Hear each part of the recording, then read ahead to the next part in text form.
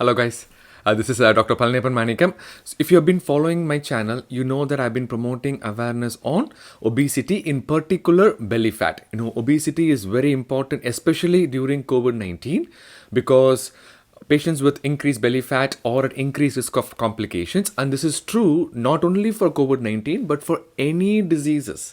நம்ம செல்ல தொப்பை இருக்குல்ல, அது நம்மளை எப்போ செய்யணுமோ அப்போ நல்லா வச்சு செய்யும், பாரபட்சமே பார்க்குறதில்ல. So I have discussed in the previous video how obesity and belly fat causes diabetes, high blood pressure, which in turn causes stroke and heart disease. This video is mainly for people whose body mass index is more than 25, and if you are an Indian, forget about the body mass index and measure your waist circumference. I have shown in this video how to measure your waist circumference. If you are a man and if the waist circumference is more than 90 centimeters, and if you are a woman and if the waist circumference is more than 80 centimeters, then this is a video for you to have a simple tip that you can start doing from today.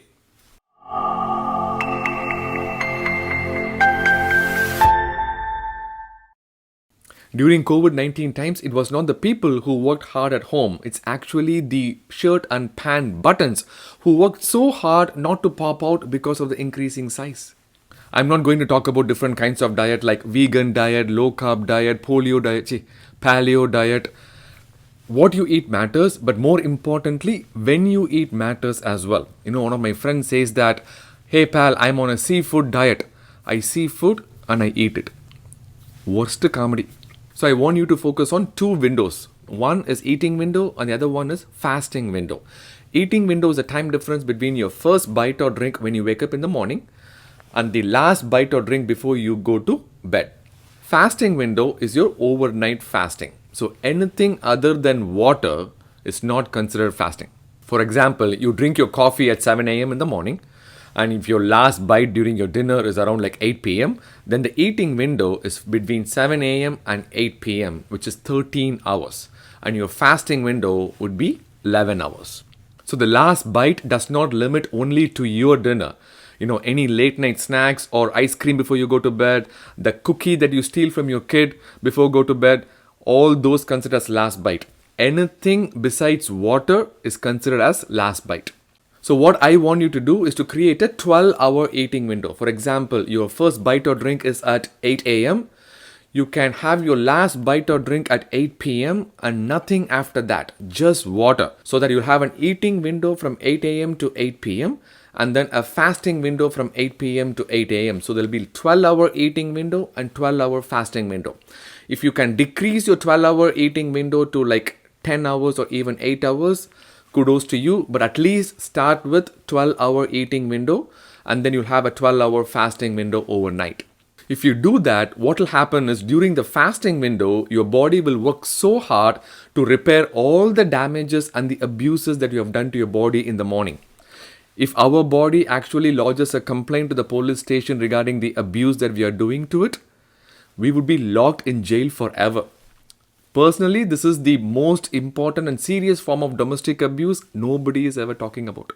So what happens during the 12-hour overnight fasting window is we are not feeding regularly, so the cells will be starving for sugar eventually, and then it has to work harder to extract energy from fat. That is the first step of weight loss. So with this method, we are also taking an advantage of the hormonal fluctuation that happens during the 24-hour period. We call that as a circadian rhythm. Certain hormones get secreted at certain times. In general, as soon as the sun sets, when the light goes down, the building hormones in the body goes down as well, and the repair hormones goes up. So if you keep on feeding the body after the sun sets, the hormones secreted might be ineffective and also of poor quality. So there is a reason why fasting has been a part of rituals in most of the religions.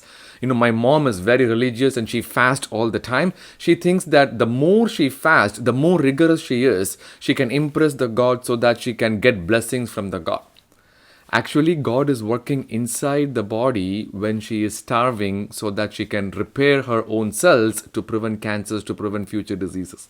When Facebook asks you to share the picture that you took last year as a memory, the picture really looks as it is a distant remote memory of us. So the problem is with our busy lifestyle and easy availability of food, it is very difficult to maintain this fasting window. We keep feeding ourselves. We eat like 4 times a day, 6 times a day, even like 8 times a day. It is almost similar to the mom who keeps feeding the already obese kid and then she tells me that, பையன் சாப்பிடவே மாட்டேங்கிறான் doctor. யாரு? இந்த பையன் சாப்பிட மாட்டேங்கிறான். சட்டை கிழிஞ்சிருந்தா தச்சு முடிச்சிரலாம். This eating and fasting window concept is being backed by science as well. So what researchers did was they took 2 groups of mice and they gave the exact same food. The only difference is the first group of mice, they can eat whenever they want to throughout the day. In the second group of mice, they have to stick to an 8-hour or a 12-hour window. So in 4 weeks, what happened was the mice which was eating throughout the day multiple times turned out to be obese, started to having high blood pressure, turned out to have heart disease. But the mice who was eating in a specific eating window turned out to be much healthier in the 5-week period. So I'm taking so much time to explain this because this is such a simple step that you can do. You don't have to be creative. All you have to do is to stick to a consistent eating window schedule. This is not involving any diet. At least to start with, you can eat whatever you want and then stick to this particular window. And once you get into that mode, then we can talk more about eating healthy in between that window. My friend was like, Pal, I know all this. This is intermittent fasting, right? When I eat at 8 p.m., I only eat at 10 p.m. after that. Die. That is not intermittent fasting. That is intermittently fasting. When you start this new routine of sticking to a eating window, you are going to be hungry when you are fasting overnight. Just give it 1 week time. Your body will get used to it. இப்படி பண்ணுறப்ப துன்பப்பட்டு துயரப்பட்டு ரொம்ப கஷ்டப்படுவீங்க ஒரு வாரத்துக்கு. அதுக்கப்புறம் அதுவே பழகிரும்.